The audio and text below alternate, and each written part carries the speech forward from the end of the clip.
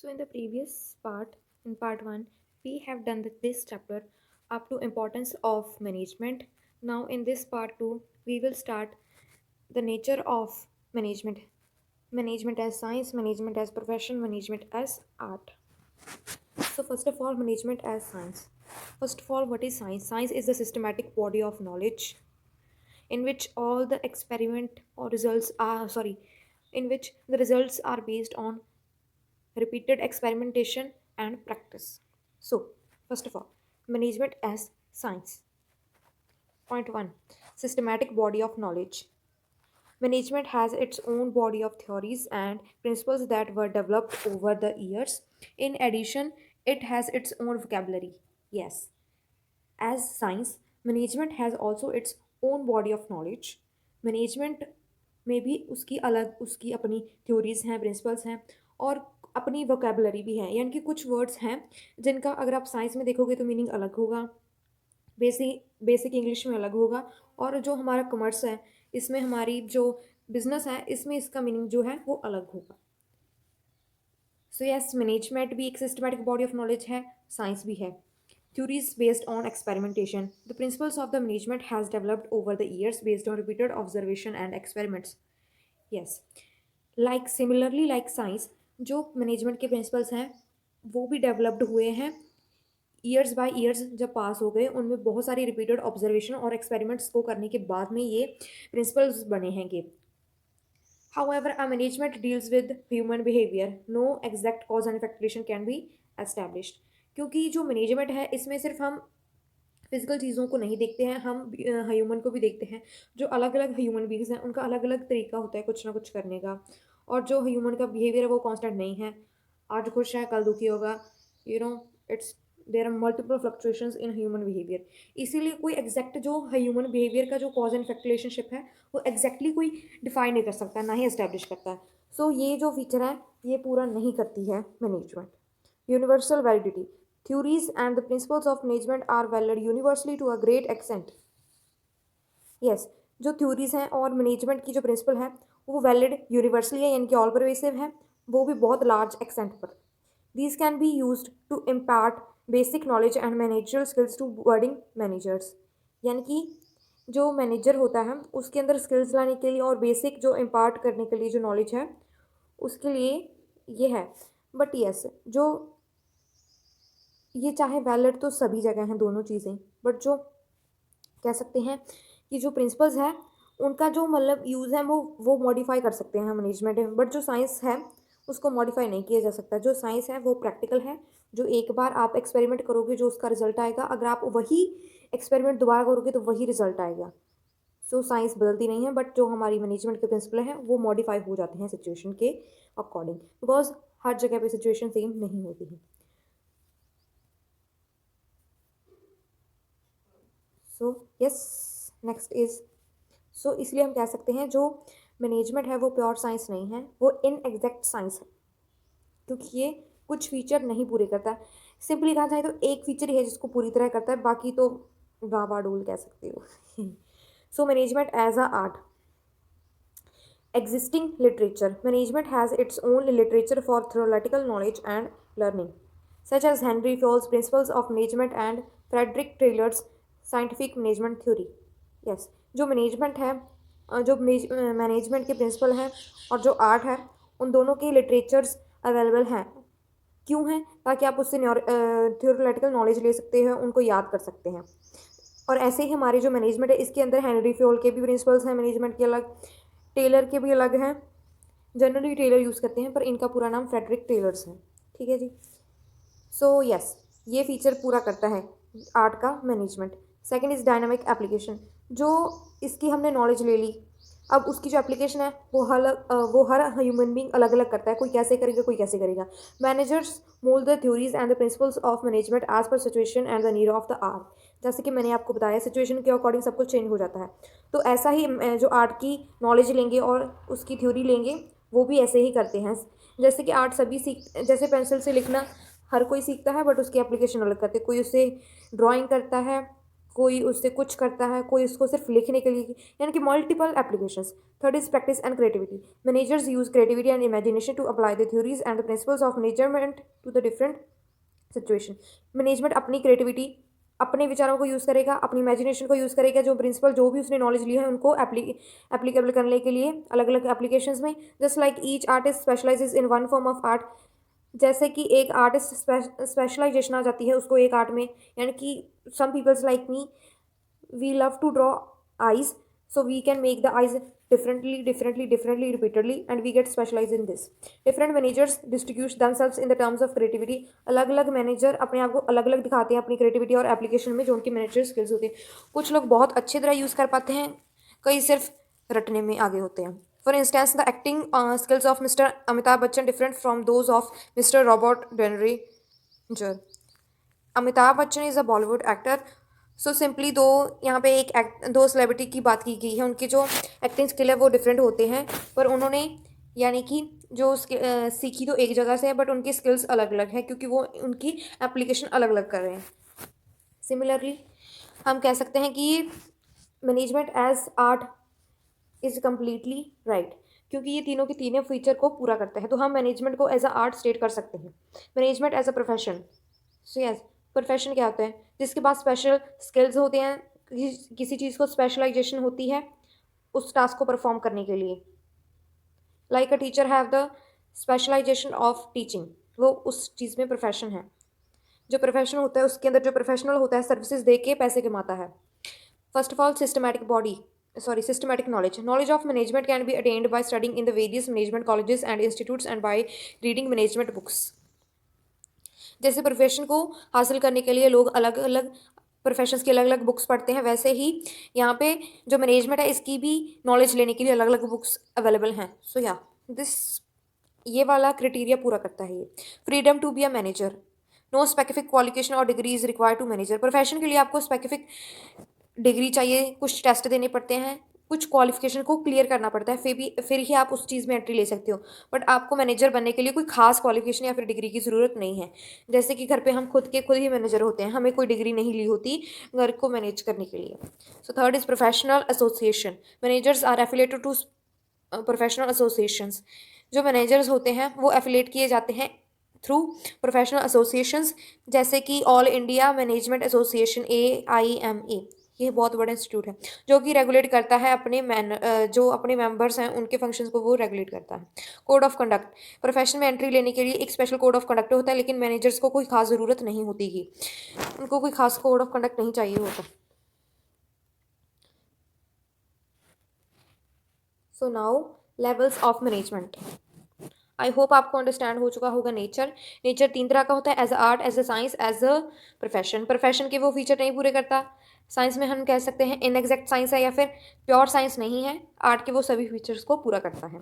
अब आ चुके हैं लेवल्स ऑफ मैनेजमेंट पे, और या फिर हम इसे डिनोट करते हैं level of hierarchy in the organisation. 3 levels of hierarchy can be identified in an organisation. जो एक मैनेजमेंट होती है उसमें 3 लेवल होते हैं, top level, middle level, operational level. Top level पे आते हैं जो टॉप हेड्स होते हैं, जैसे कि chief executive officer, president, chairman, board of directors, share holders, something like that, यानी कि जो मेन होते हैं। और अब हम देखेंगे कि इनका क्या टास्क होता है। ठीक है जी। जो टॉप लेवल वाले होते हैं, coordinate different activities of organisation for accomplishment of the common goals. यानी कि जो अलग अलग एक्टिविटीज़ होती है मेरी ऑर्गेनाइजेशन के अंदर उनको कोऑर्डिनेट करते हैं ताकि जो कॉमन गोल है वो कंप्लीट करके, यानी कि वो सभी एक्टिविटीज़ को कंप्लीट करके जो कॉमन गोल है उसको अचीव कर सके। ठीक है जी। उसके बाद works toward the survival of the organisation. जो हमारी टॉप लेवल मैनेजमेंट होती है ये रिस्पॉन्सिबल होती है कि जो सर्वाइवल की जो ऑर्गेनाइजेशन है उसका सर्वाइवल अच्छे से हो। ठीक है जी। And draft various plan and policies. जो ये वाली होती है ना टॉप लेवल मैनेजमेंट, यही हर तरह की प्लान्स और पॉलिसीज बनाती है। उसके बाद जब ये बना देती हैं उसके बाद जो सेकंड लेवल वाले होते हैं यानी कि ये मिडिल लेवल वाले, ये उनको इम्प्लीमेंट करते हैं। और ऑपरेशनल लेवल वाले जो होते हैं वो यानी कि जो एक्चुअल वर्कफोर्स है उनको एक्चुअल में देखते हैं कि वो अच्छे से काम कर रहे हैं। अगर कोई ऑपरेशनल लेवल वाले को कोई प्रॉब्लम होगी तो वो मिडल वाले को बताएगा, या जो मिडल वाले होते हैं यहाँ पर होते हैं डिपार्टमेंटल हेड्स ही होते हैं, जैसे प्लानिंग डिपार्टमेंट, सेल्स डिपार्टमेंट, ऐसे डिपार्टमेंट्स होते हैं अलग अलग। तो हम कर रहे थे टॉप लेवल के मेन टास्क, और इसका फोर्थ मेन टास्क होता है कि ये रिस्पॉन्सिबिलिटी लेते हैं हर एक्टिविटीज़ की। ठीक है जी। उसके बाद आ चुके हैं मिडिल लेवल, ये डिपार्टमेंटल वाले होते हैं और एग्जीक्यूटिव ऑफिसर जो इनमें आते हैं। ये जो होते हैं मिडिल लेवल वाले, जो पॉलिसीज़ वगैरह इन्होंने बनाई होती हैं उनको ये एक्चुअल में इम्प्लीमेंट करते हैं। ये जो टॉप मैनेजमेंट होती है और जो लोअर लेवल होते हैं उनके बीच में ये एज अ लिंक एक्ट करते हैं। और दूसरा पॉइंट यही कि जो पॉलिसीज़ मैंने आपको पहले ही बताया गया यही इंटरप्रेट करेंगे और इम्प्लीमेंट करेंगे। और जो एक्चुअल वर्कफोर्स होता है उनको कौन सा काम करवाना है, उनको क्या ड्यूटी देनी है, ये इनकी रिस्पॉन्सिबिलिटी होती है कि उनको ये काम दें और असाइन करें वर्क। ऑपरेशनल लेवल, यहाँ पे सिर्फ सुपरवाइजर और फॉरमैन होते हैं। ये एक्ट करते हैं लिंक के तौर पे मिडिल और जो वर्कफोर्स होता है। ये वर्कर्स जो भी टास्क परफॉर्म कर रहे होते हैं वो सब कुछ इन सुपरवाइजर के सुपरविजन में होता है, यानी कि निगरानी में। ये इंश्योर, जो ऑपरेशनल लेवल वाले होते हैं ये इंश्योर करते हैं कि जो टास्क कैरिड आउट किया गया है वो as per the plan and policies के अकॉर्डिंग ही है। ओके, सो नेक्स्ट, ये आप डायग्राम वगैरह बना सकते हो अपनी नोटबुक में, आप ताकि आपको अच्छे से याद रहे। पहले टॉप मैनेजमेंट, उसके बाद मिडिल, उसके बाद ऑपरेशनल या फिर सुपरवाइजरी लेवल भी कह देते हैं इनको, एंड उसके बाद हमारे पास आ जाते हैं फंक्शंस ऑफ मैनेजमेंट। जो मैनेजमेंट होती है इसके 5 फंक्शंस होते हैं। प्लानिंग, प्लान किया सब कुछ। ऑर्गेनाइजिंग, यानी कि सेम चीज़ों को ग्रुप्ड कर देंगे। स्टाफिंग, यानी कि जो एक्चुअल वर्क, यानी कि जो जो हमें इंसानों की ज़रूरत है उनको ला ला के सही प्लेस पे बिठाएंगे। डायरेक्टिंग, यानी उन्हें डायरेक्शंस देंगे, गाइड करेंगे, मोटिवेट करेंगे। फिफ्थ इज़ कंट्रोलिंग, सब कुछ करने के बाद हम कंट्रोल करेंगे कि सब कुछ एज़ पर हो रहा है जैसा हमने सोचा था, क्या हमारी जो एक्चुअल परफॉर्मेंस है वो हमारे एज प्लान परफॉर्मेंस के साथ मैच कर रही है। अगर नहीं कर रही है तो क्या डिफरेंस है, यानी कि डेविएशंस क्या हैं, उनको फिर दोबारा से सही करेंगे। ये जो होता है ये कॉन्टिन्यूस होते हैं। जब ऐसा नहीं है कि कंट्रोलिंग के बाद फंक्शंस सब कुछ खत्म हो जाएगा, उसके बाद फिर प्लानिंग शुरू होती है, फिर ऑर्गेनाइजिंग होती है, और ये साइकिल चलती रहती है चलती रहती है चलती रहती है। So what is planning? Planning का मतलब होता है एडवांस में ही डिसाइड कर लेते हैं क्या होगा, कब होगा, कैसे होगा। ऑर्गेनाइजिंग में क्या होता है, आइडेंटिफाई करते हैं टास्क और रिसोर्सेज जो कि रिक्वायर्ड होते हैं प्लान को एग्जीक्यूट करने के लिए, यानी कि ग्रुपिंग करते हैं और असाइन करते हैं टास्क अलग अलग डिपार्टमेंट्स को। हायरार्किकल स्ट्रक्चर को डिफाइनिंग करने के बाद कि ये वाला, और यहाँ पे जो रिस्पॉन्सिबिलिटीज हैं वो भी देते हैं। स्टाफिंग में क्या होता है, यहाँ पे हम देखते हैं कि कौन सा सही इंसान कौन सी सही जगह पे होना चाहिए। यानी कि जैसे हम